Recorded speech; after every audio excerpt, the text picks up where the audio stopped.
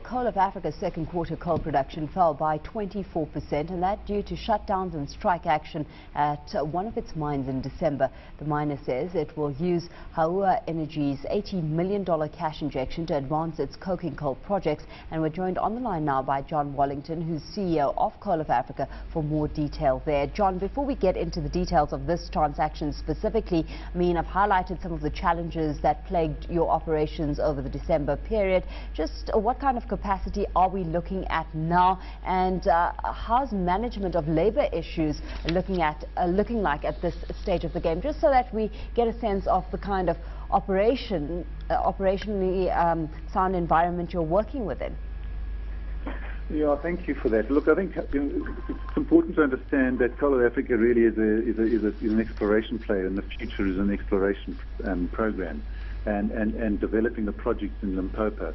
The issues that we had at Mooiplaas, where we had first the illegal strike and then the illegal strike and unfortunate dismissals and then rehiring under new contracts, etc., was a function of what's been happening in the country, and but that now has been amicably resolved, and the restructuring of that coal is moving ahead, through the Section 189 process and with a lot of cooperation from the union. John, it's Lindsay in Cape Town. The investment we're talking about here, $100 million.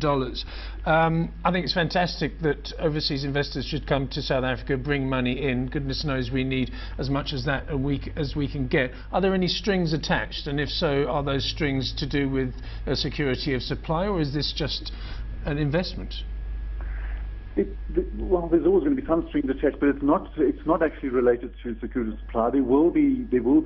We're now moving into the next phase where we will be just finalising our cooperation agreements on how we're going to work together, and that will also include potential offtake of a portion of the product that comes out of Coal of Africa, or more than that.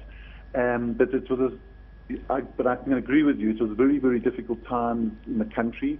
Globally, when this deal was being done, and of course the fact that Coal of Africa being a typical junior player at the moment, the risks are higher than normal in this current climate. So it was an incredible, really fantastic to get that money into the country and into the company, and hopefully it will now allow us to move forward with some more confidence, get the balance sheet strengthened, and at least move forward in terms of getting really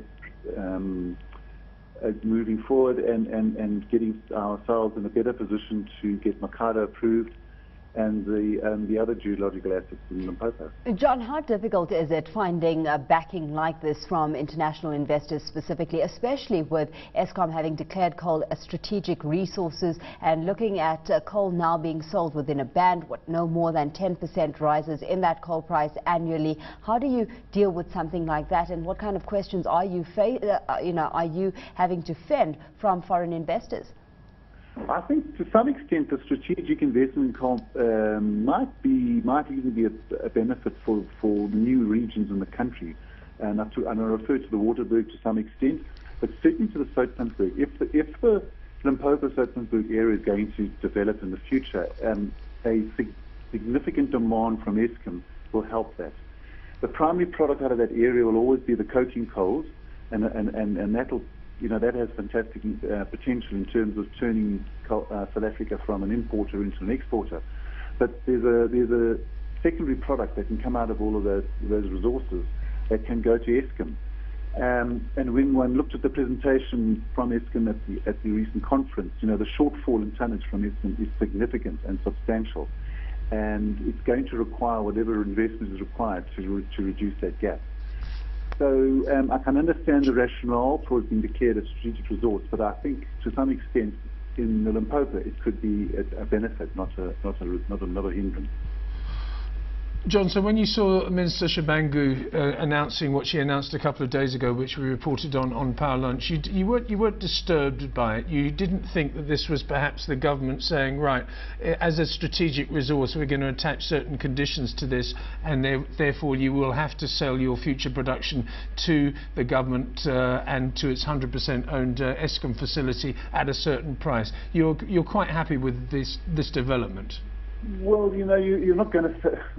I mean, one of the slides I remember that Mr. Murakami put up from Eskom suggested that there's nowhere near enough investment in new capacity. Now, you're just not going to get that investment in new capacity if it's not commercially viable. So that's the first issue.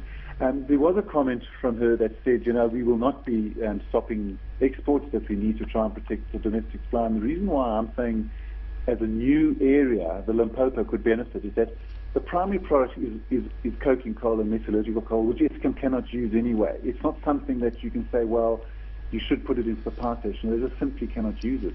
But it does free up a lot of secondary product for Eskom that will enable that shortfall for Eskom to be met. I mean, clearly there's always, like always, there may be let's call it a period of consultation or negotiation on what's the price that's required. But I would be more concerned if I was running in the Mpumalanga area and you've got export coal that is getting closer and closer to the quality that can be used in power stations, because I think that's where the conflict's going to be the greatest. John, you alluded to a short while ago the risks that come with being a junior miner, scale and liability as well. What do you make of Eskom's plans to procure more from junior miners and set up a development fund for these miners as well? I think it's encouraging and it's good. I mean, the difficulty here is the position that we're in the country, where we need to try and, as you know, that we need to keep power costs down and escalation down, and the fact that sourcing coal from a lot of these juniors is going to be very difficult at lower costs. So it's going to be a challenge commercially more than anything. I think strategically it's the right decision, and it will certainly assist companies like ourselves.